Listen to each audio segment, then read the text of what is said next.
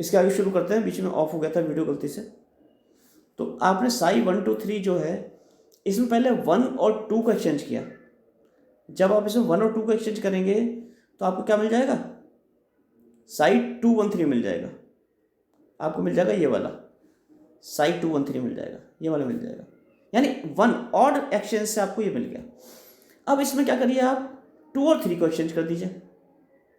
जब आप 2 और 3 को एक्सचेंज करेंगे तो क्या हो जाएगा, 2 और 3 इसमें तो हो जाएगा 3 1 2, यानी ये मिल जाएगा 3 1 2। तो कितने एक्सचेंज करने पड़े आपको, 2, यानी इवन एक्सचेंज करने पड़े आपको। 1 को 2 से किया और 3 को 2 से किया, तो आपको फाइनली ये मिल गया, ये वाला मिल गया फाइनली, साई 3 1 2।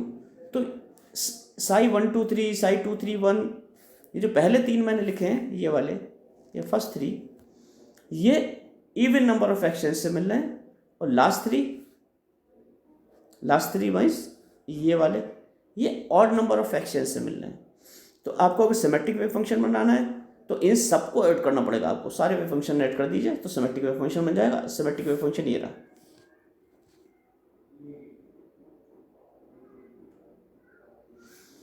ये सारे के सारे हमने ऐड कर दिए सिमेट्रिक वेव फंक्शन में। सिमेट्रिक वेव फंक्शन में हमने सारे के सारे सिमेट्रिक वेव फंक्शन है ये, अभी दिखाते हैं आपको, ये साई एस है लिखा है, सारे के सारे वेव फंक्शन ऐड कर दिए तो आपको सिमेट्रिक वेव फंक्शन मिल गया। एंटी सिमेट्रिक साई ए ये है, यहाँ साई दिख नहीं रहा है, साई के नीचे सबस्क्रिप्ट में ए लगा हुआ है। तो इसमें पहले हमने 3 फंक्शंस को ऐड किया है, ये फंक्शंस थे जो इवन नंबर ऑफ ट्रांसपोजिशन से मिले थे, और बाद में 3 फंक्शंस का सम करके उसमें सब्ट्रैक्ट किया है जो कि क्या थे, ऑड नंबर ऑफ ट्रांसपोजिशन से मिले थे। तो इस तरह से आप सिमेट्रिक और anti symmetric wave function obtain कर सकते हैं। जब भी हमारे 2 आइडेंटिकल पार्टिकल्स होते हैं तो आइडेंटिकल पार्टिकल्स को इंटरचेंज में हमारा एक वेव फंक्शन सेम रहता है, लेकिन एक फेज फैक्टर चेंज हो जाता है। फेज फैक्टर जैसे अब क्या लिखा है, ये है phase factor, psi R1 R2 is equal to e⁻⁵ psi R2 R1। इसका मतलब हमने क्या कर दिया, ट्रांसपोजिशन कर दिया है कि साई को क्या किया हमने, R1 को R2 से, यानी 1 और 2 को हमने क्या कर दिया, एक्सचेंज कर दिया है। तो क्या जगह एक फेज फैक्टर आ जाता है e⁻⁵, और इसके आगे आप आसानी से देख सकते हैं e⁻⁵ है तो Sai 1 2 equal to e⁻⁵ Sai 2 1 लिख देंगे आप। फाई रियल कांस्टेंट होता है। अब एक्सचेंज ऑपरेटर जो होता है p12 साई 1 2, p12 स्क्वायर ले रहे हैं हमने यहाँ पे, तो p12 स्क्वायर मीन्स p12 और p12 को 2 बार ऑपरेट किया, तो एक बार p12 ऑपरेट कर दिया किस पे, साई 1 2 पे, एक बार p12 इस पर ऑपरेट कर दिया तो ये मिल जाएगा, एक p12 बच जाएगा यहाँ पे, फिर उसे ऑपरेट कर देंगे तो साई 1 2 मिल जाएगा। तो जब हम किसी एक्सचेंज ऑपरेटर का स्क्वायर वेव फंक्शन पर ऑपरेट करेंगे तो सेम वेव फंक्शन मिल जाएगा। और दोबारा देखते हैं, इसका स्क्वायर हमने फिर ऑपरेट किया यहाँ पे साई 1 2 पे, तो आपको क्या मिलेगा, p12 साई 2 1, एक ऑपरेटर ऑपरेट किया यहाँ पे साई 1 2 पे तो आपको साई 2 1 मिल गया, एक ऑपरेटर बचा रह गया p12। फिर साई 2 1 जो है, साई 2 1 की वैल्यू इक्वेशन 2 से देख लीजिए क्या आती है, साई 2 1 की वैल्यू इक्वेशन 2 से नहीं, सॉरी, साई 2 1 की वैल्यू आप यहाँ से देखिए, ये इक्वेशन 1 से, तो इक्वेशन 1 से साई 2 1 की वैल्यू यहाँ रख दीजिए तो आपको ये मिल जाएगा। इसी तरह से आप बढ़ते रहिए आगे तो आपको फाइनली क्या मिल जाएगा, आपको ये मिल जाएगा e⁻2i⁵ is equal to 1, e⁻2i⁵ is equal to 1, यानी कि इसका whole square is equal to 1, it means e⁻i⁵ is equal to +- 1, e⁻i⁵ is equal to +- 1, it means, और ट्रांसपोजिशन ऑपरेटर से क्या था, psi 1 2 is equal to e⁻i⁵ psi 2 1, ये था। यहाँ पे e⁻i⁵ की वैल्यू +- 1 रख दी यहाँ पे हमने, तो ये दिखाता है कि हमारे क्या होगा, वेव फंक्शन या तो सिमेट्रिक होना चाहिए या एंटी सिमेट्रिक होना चाहिए, कब, with respect to interchange of indices, यानी लेवल्स के बदलने पे हमारा वेव फंक्शन या तो सिमेट्रिक आएगा या एंटी सिमेट्रिक आएगा। इसे कहते हैं particle exchange operator. Particle exchange operator आपको इसमें दिख रहा है, जैसे मैंने एक एग्जांपल लिया, ये p12 यानी 1 को 2 से बदलेगा, ये p12 जब लिया है तो r1 s1 r2 s2, r position vector है, s हमने स्पिन भी ले लिया है, स्पिन कंसिडरेशन अगर हम करते हैं तो इस तरह से बदल जाएगा, 2 वाला 1 की जगह आ जाएगा और 1 वाला 2 की जगह आ जाएगा। इसी तरह से अगर पी आई जे करेंगे साई इस पर, तो आई और जे बदल जाएंगे, ये आ जाएगा। ये एक्सचेंज ऑपरेटर कहलाता है।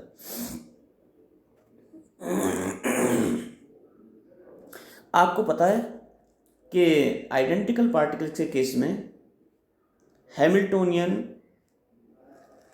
और energy remains the same. Hamiltonian और एनर्जी नहीं बदलती, ये ध्यान रखना है आपको।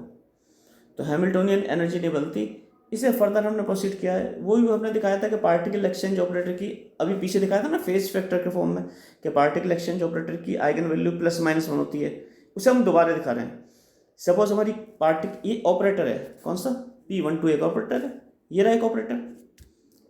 यानी एल्फा कोई ऑपरेटर जब साई पे ऑपरेट करेंगे तो उसकी आइगन वैल्यू मिलेगी। जब कोई ऑपरेटर P12 किसी वेव फंक्शन साई12 पे ऑपरेट करेंगे तो एक आइगन वैल्यू मिलेगी अल्फा, और सेम वेव फंक्शन मिलेगा। जैसा आप लेते थे alpha psi is to lambda psi, ऐसे लेते थे ना। तो इसी तरह से P12 ऑपरेटर है, P12 psi is to alpha psi. Alpha क्या हो गई, अल्फा इसकी आइगन वैल्यू हो गई। तो लेकिन आपको आप इसे डबल ऑपरेट कर दीजिए, P12 स्क्वायर मीन्स P12 तो P12 और ये वाली टर्म है, ये P12 इसे अल्फा साई12 लिख दीजिए ऊपर से, यहाँ से ये रही अल्फा साई12 लिख दीजिए। ऐसा कर देंगे तो आपको क्या आ जाएगा, यहाँ पे आ जाएगा अल्फा स्क्वायर साई12, यहाँ आ जाएगा आपका अल्फा स्क्वायर साई12, ये आ गया किसकी, P12 स्क्वायर, इसकी वैल्यू अल्फा साई12 हो गई। और लेकिन आपको पता है पहले कि P12 साई12 ये होता है, P12 साई12 ये सेम हो जाता है जब इसका स्क्वायर ऑपरेटर। आपको ये भी पता है, ये जब डबल कर देंगे तो आ जाएगा। दोनों कंपेयर कर दी तो अल्फा इज टू +-1 आ जाएगी। ठीक है, +1 जो होती है वो सिमेट्रिक वैल्यू होती है, सिमेट्रिक वेव फंक्शन करस्पॉन्ड करती है, और -1 anti symmetric wave function correspond करती है। इसे आप नीचे जो मैंने समझा रखा है इससे आप इजीली समझ सकते हैं इन सब से।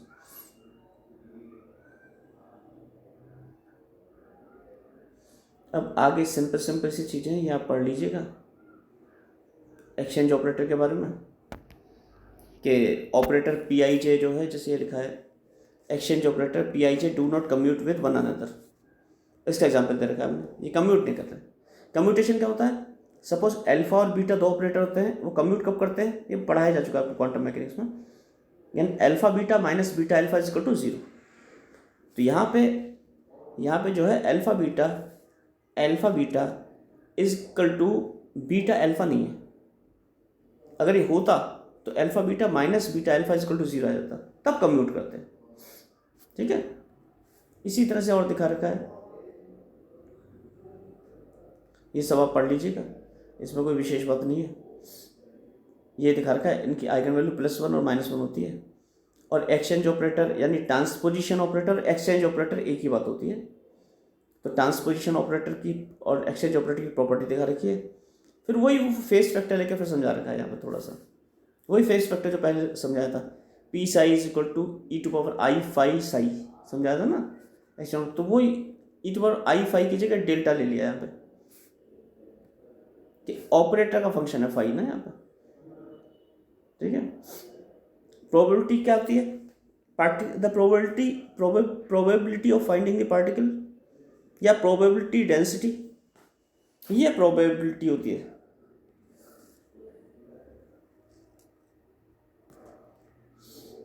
Probability of finding the particle के फर्स्ट पार्टिकल जो है d⁴ स्पेस में है, सेकंड पार्टिकल d⁴ स्पेस में है, और nth पार्टिकल d⁴n स्पेस में, ये इसकी प्रोबेबिलिटी होगी। और the particle should be an existing particle, यानी पार्टिकल एग्जिस्टिंग पार्टिकल होना चाहिए। होल ऑफ द स्पेस में पार्टिकल 100% प्रेजेंट होना चाहिए। ऐसा ना हो कि पार्टिकल है ही नहीं, और होल ऑफ द स्पेस में अगर पार्टिकल प्रेजेंट होगा तो क्या होगा, किस कंडीशन में होगा, जब उसके प्रोबेबिलिटी की टोटल वैल्यू क्या होगी, 1। So integration of probability density with respect to whole of the space should be 1, means particle should be 100% present।